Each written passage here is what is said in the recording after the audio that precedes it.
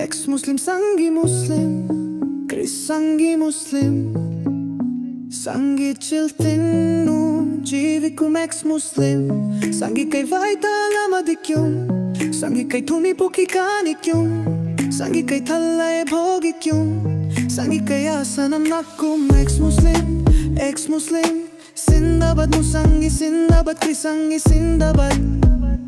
കേരളത്തിൽ പേരുകും ex-Muslim, സംഗിയെ പറ്റിച്ചു ജീവിക്കും, സംഗിയെ പറ്റിച്ചു ജീവിക്കും, സംഗികൾ ഇവൻ മക്കൾ.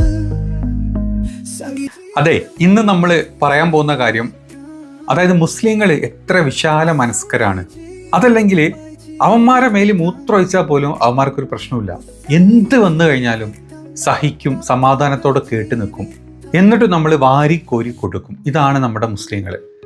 അതിനുള്ളൊരു ഉദാഹരണം ഞാൻ ഇന്ന് നിങ്ങൾക്ക് കേൾപ്പിച്ചുതരാം. ഇത് കേൾക്കുമ്പോൾ നിങ്ങൾക്ക് മനസ്സിലാവും മുസ്ലിങ്ങൾ എത്ര പാവപ്പെട്ട ജന്മങ്ങളാണെന്നുള്ളത്.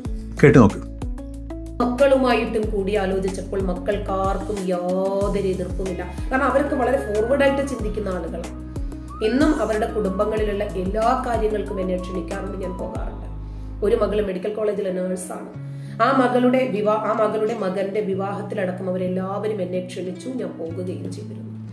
അപ്പോ അടിച്ചു പിന്നെ പറയുന്നവർക്ക് എന്തെങ്കിലും തെളിവ് വേണോ? വായി തോന്നുന്നത് വിളിച്ചു പറയാൻ ഒരു തെളിവും വേണ്ട. അപ്പോ എനിക്ക് എന്തോ സെക്സ് വേണമെന്ന് പറഞ്ഞിട്ടൊക്കെ വന്ന് വാചാലമായിട്ട് സംസാരിച്ച ആള് പറയുന്നു, ഞാൻ തന്തയുടെ പ്രായമുള്ള ആളെ വിവാഹം കഴിച്ച് പണം തട്ടിക്കാൻ ശ്രമിച്ചു. ആ മനുഷ്യന്റെ പേരിൽ ഒരു നാണയത്തൊട്ടു പോലും ഇല്ല. അപ്പൊ ഞാൻ പിന്നീട് മതം വിട്ടു വന്നതിന്റെ പേരിൽ നിരാലംബയായി പോകരുതല്ലോ എന്ന് വിചാരിച്ചിട്ടാണ് എന്റെ കാലശേഷം ഒന്നും അല്ലെങ്കിൽ ആ പെൻഷനെങ്കിലും വാങ്ങിയിട്ട് നിനക്ക് കുട്ടികളെ വളർത്താമല്ലോ എന്ന ഒരു ചിന്ത വരുന്നത്. അതിനിടയ്ക്ക് പിന്നീട് നല്ലൊരു മാരേജ് പ്രപ്പോസൽ വന്നപ്പോഴേക്ക് അതുമായിട്ട് എല്ലാവരും ചേർന്ന് പള്ളി മഹല്ല് മുഖേന തന്നെയാണ് എന്നെ വിവാഹം കഴിപ്പിച്ചത്. എനിക്ക് ഈ കാപ്പാട്ട് ഇവിടുത്തെ മഹല്ലിലും മെമ്പർഷിപ്പ് ഉണ്ട്. എനിക്ക് ഞാൻ താമസിക്കുന്ന പരിസരത്ത് ഇപ്പൊ ഞാൻ വരി അടയ്ക്കുന്നുണ്ട്. അതുപോലെ ഇക്കാടെയും പള്ളിയിൽ നിന്നാണ് പേപ്പർ തന്നത്. ഞങ്ങൾക്ക് ഒരു പ്രയാസവും ഉണ്ടായിട്ടില്ല.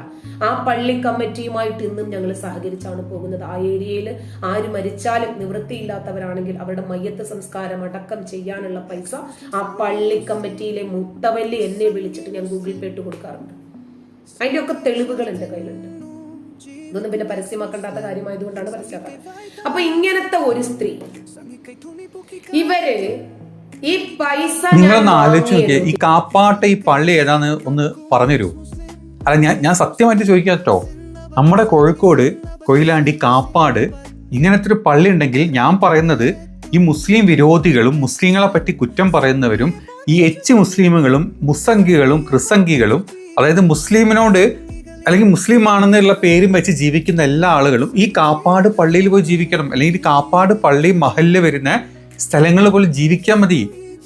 എടാ, അവിടെ നിങ്ങൾ നബി എന്താ പറയാ, 6 വയസ്സായ ആളെ കെട്ടി പീഡിപ്പിച്ചു, നബി അടിമനെ പീഡിപ്പിച്ചു, നബി ഇത്രയും കല്യാണം കഴിച്ചു, നബി എന്ന് പറഞ്ഞാൽ കുത്തു നബിയാണ്, ആ നബിയാണ്, ഈ നബിയാണെന്നും പറഞ്ഞിട്ട് രായ്ക്ക് രാമായണം ചെറ്റത്തരം പറഞ്ഞു കഴിഞ്ഞാലും അല്ലാഹു അല്ല തല്ലാഹു എന്ന് പറഞ്ഞു കഴിഞ്ഞാൽ ഈ ലോകത്തിനെ ഇല്ലാണ്ടാക്കാൻ വെച്ചിട്ടുള്ള ഒരു ദൈവമാണ് ഈ പറഞ്ഞ തല്ലാഹു എന്ന് പറഞ്ഞു കഴിഞ്ഞാൽ വെറും ഒന്നുമല്ല, വെറും വൃത്തികെട്ട ഒരു സൃഷ്ടിയാണെന്ന് പറയുന്ന സകലമാന ക്രിസംഗി മുസംഗി മുസ്ലിമുകൾക്കും ഈ കാപ്പാട് പള്ളിയിൽ പോയി ജീവിക്കുക. ഈ കാപ്പാട് പള്ളിയുടെ മഹല്ല് നിങ്ങൾ പോയി ജീവിക്കുക.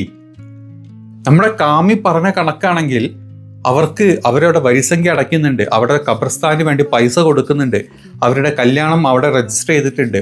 അവരിപ്പോഴും ആ പള്ളിയിലെ അല്ലെങ്കിൽ ആ മഹല്ല അംഗങ്ങളാണെങ്കിൽ ഈ പറഞ്ഞ കാമിതനെ പോലെ രായ്ക്ക് സത്യം പറയാൻ എനിക്ക് അതിനെങ്ങനെ പറയണമെന്ന് അറിയില്ല.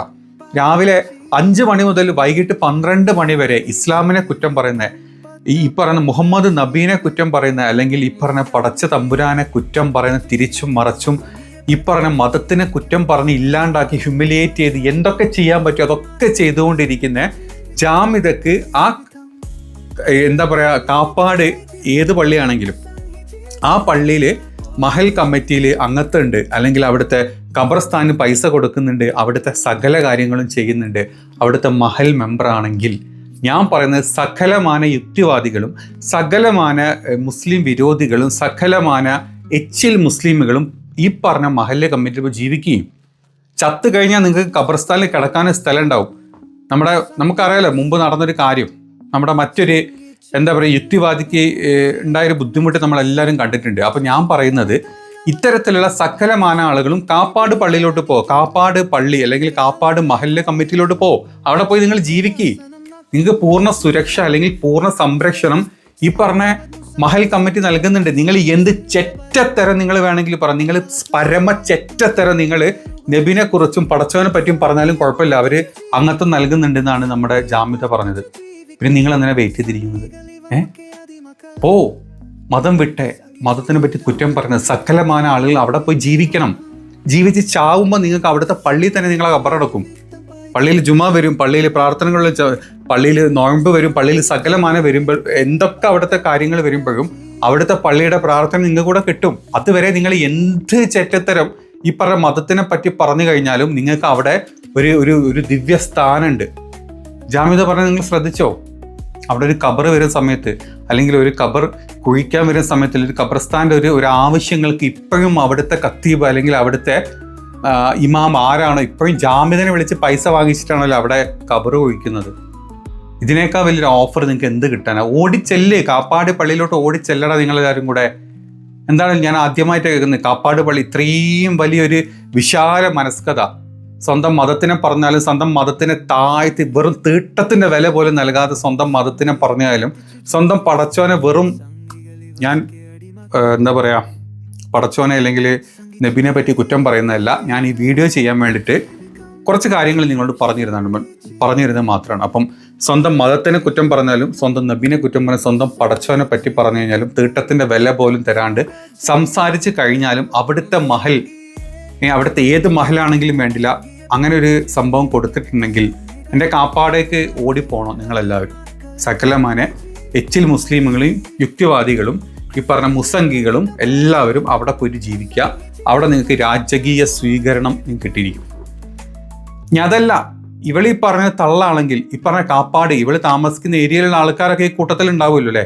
അങ്ങനെയുള്ള ആൾക്കാരെങ്കിൽ ഇത് കാണുന്നുണ്ടെങ്കിൽ ഇവള് പറഞ്ഞത് വെറും തള്ളാണ്, ഇവള് ടീച്ചർ എന്നുള്ള കള്ള വ്യാജേന ഇവള് ടീച്ചർ ജാമ്യത ടീച്ചർ കള്ളത്തി എന്ന രീതിയിലുള്ള അവസ്ഥയിലോട്ട് ഇവള് പേര് വെച്ചിട്ടുണ്ടെങ്കിൽ അതേപോലത്തെ ഒരു കളവ് മാത്രമാണെങ്കിൽ ഈ പറഞ്ഞ കാപ്പാട്ട്, ഈ പറഞ്ഞ കൊയിലാണ്ടി, മുഴുപ്പിലങ്ങടോ കാപ്പാടോ, നിങ്ങളവിടെ കൊല്ലം മറ്റേ ബീച്ചോ മറ്റേ എന്താ പാറ ബീച്ചൊക്കെ ഉണ്ടല്ലോ, നമ്മുടെ എനിക്ക് പേര് മറന്നു ബീച്ചിനൊക്കെ.